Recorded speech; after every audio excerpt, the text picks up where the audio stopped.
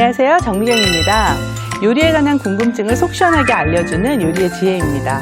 오늘은요, 맛도 있고 또 건강도 챙기는 일석이조 반찬 호두조림 만들어 보도록 하겠습니다. 씹으면 씹을수록 고소한 땅콩 호두조림과 아삭아삭 씹는 맛이 일품인 연근 호두조림. 맛있는 지혜로 호두조림 만들어 볼까요?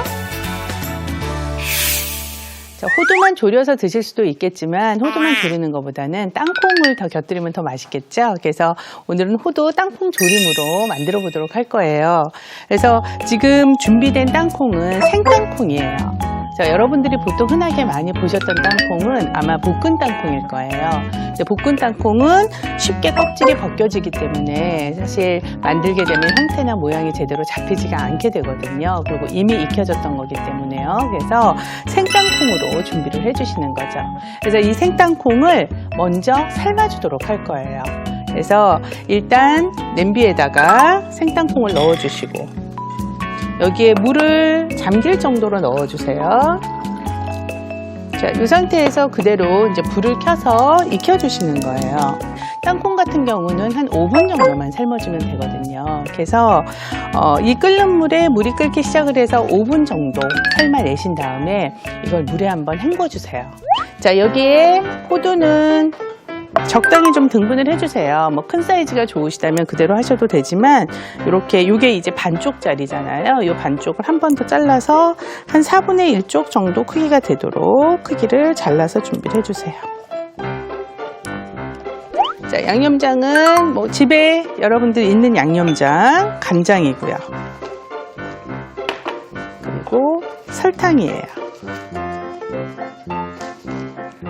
이 두 가지로 일단 졸여주게 될 거예요. 그래서 설탕이 잘 혼합될 수 있도록만 그냥 섞어서 준비를 해주세요.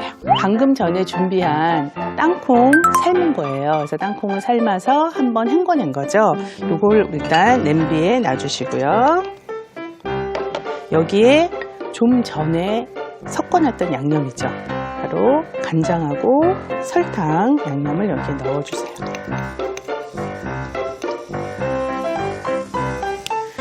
자, 여기에서 요리의 지혜 한 가지 제가 알려드리겠습니다. 우리가 어떤 조림 요리를 할 때 재료가 익을 때까지는 중간불로 익혀주시는 거예요.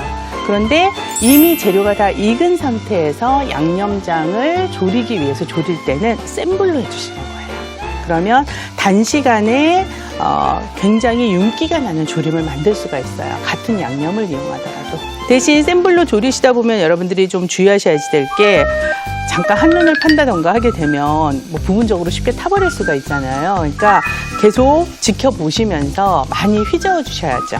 왜냐하면 그대로 익게 되면 불 센 부분만 닿는 부분들이 있게 되기 때문에 계속 고른 상태가 되도록 얘를 휘저으면서 졸여주시는 거예요. 지금 보시면 이제 막 윤기가 돌기 시작을 하거든요. 자, 이 정도까지 국물이 거의 바닥에 없을 정도로 졸여지면 이때 호두를 넣어주시고요. 자, 또 나머지 양념 물엿을 넣어주세요. 자, 물엿도 가능하고 올리고당도 가능해요. 그러면 이 올리고당이 들어가게 되면은 금방 전체적으로 한 번 더 윤기가 날 거예요. 자, 이 상태에서 불을 바로 꺼주세요. 오래 졸여지게 되면 나중에 한 덩어리로 막 뭉치게 되는 경우가 생기거든요. 그래서 올리고당이 들어가고 난 다음에는 바로 불을 꺼서 골고루 섞어주고 마지막에 통깨를 넣어서 완성하도록 할게요.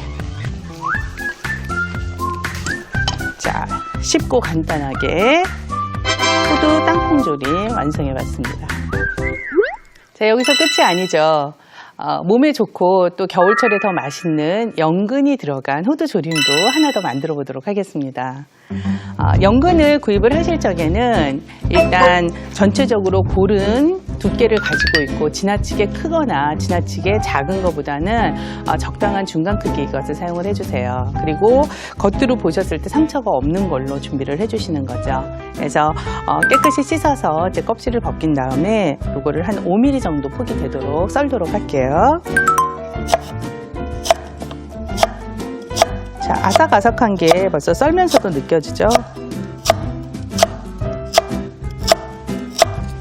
자, 이렇게 썰어놓은 연근은 껍질을 벗기거나 썰게 되면 바로 갈변이 일어나요. 그래서 만드실 때 그냥 즉석에서 바로 만들자마자 조리를 해주시는 게 가장 좋거든요. 그래서 냄비에 먼저 이 연근을 삶도록 할 거예요.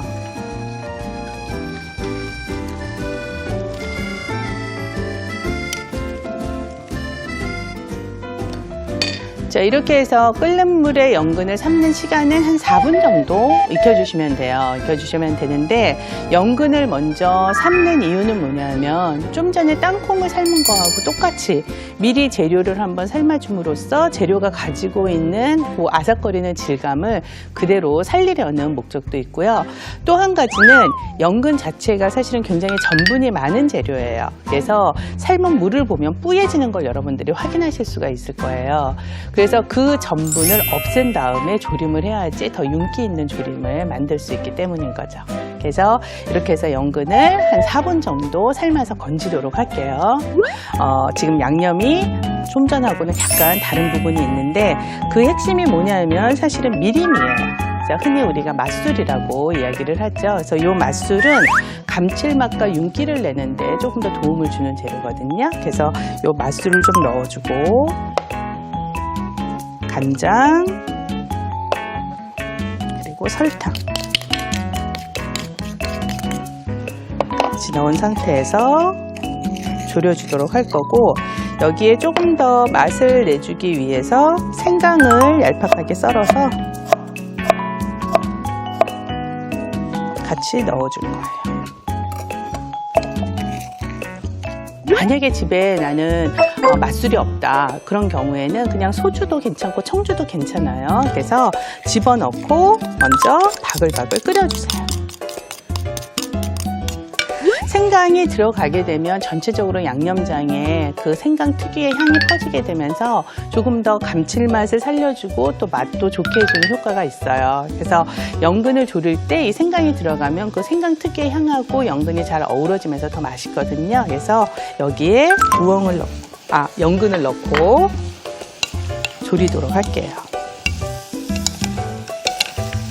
자, 양념에 푹 잠긴 상태에서 조리는 게 아니기 때문에 조금 뒤적거려 가면서 얘를 졸여 주셔야지 양념이 골고루 묻을 수가 있겠죠.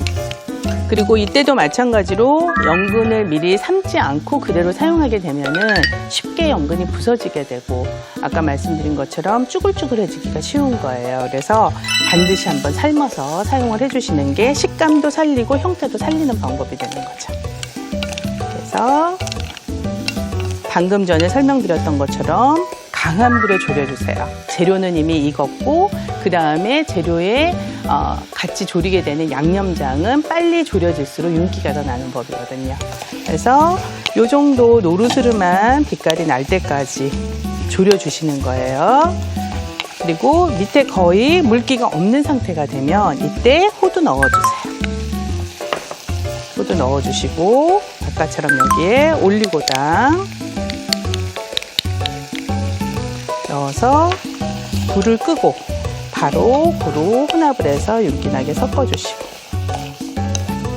그리고 통깨 넣어서 마무리하도록 할게요. 자, 이렇게 해서 연근 호두 조림도 만들어 보았습니다. 달콤하고 짭조름한 간장 양념에 맛이 있게 조린 연근 호두 조림과 아이들에게 인기 만점 영양 가득한 땅콩과 호두로 만든 땅콩 호두 조림이 완성됐습니다. 반찬으로도 좋고요. 또 간단한 맥주 안주로도 손색이 없겠죠. 오늘 배운 이 레시피로 여러분들도 맛있는 요리 만들어 드시기 바랍니다.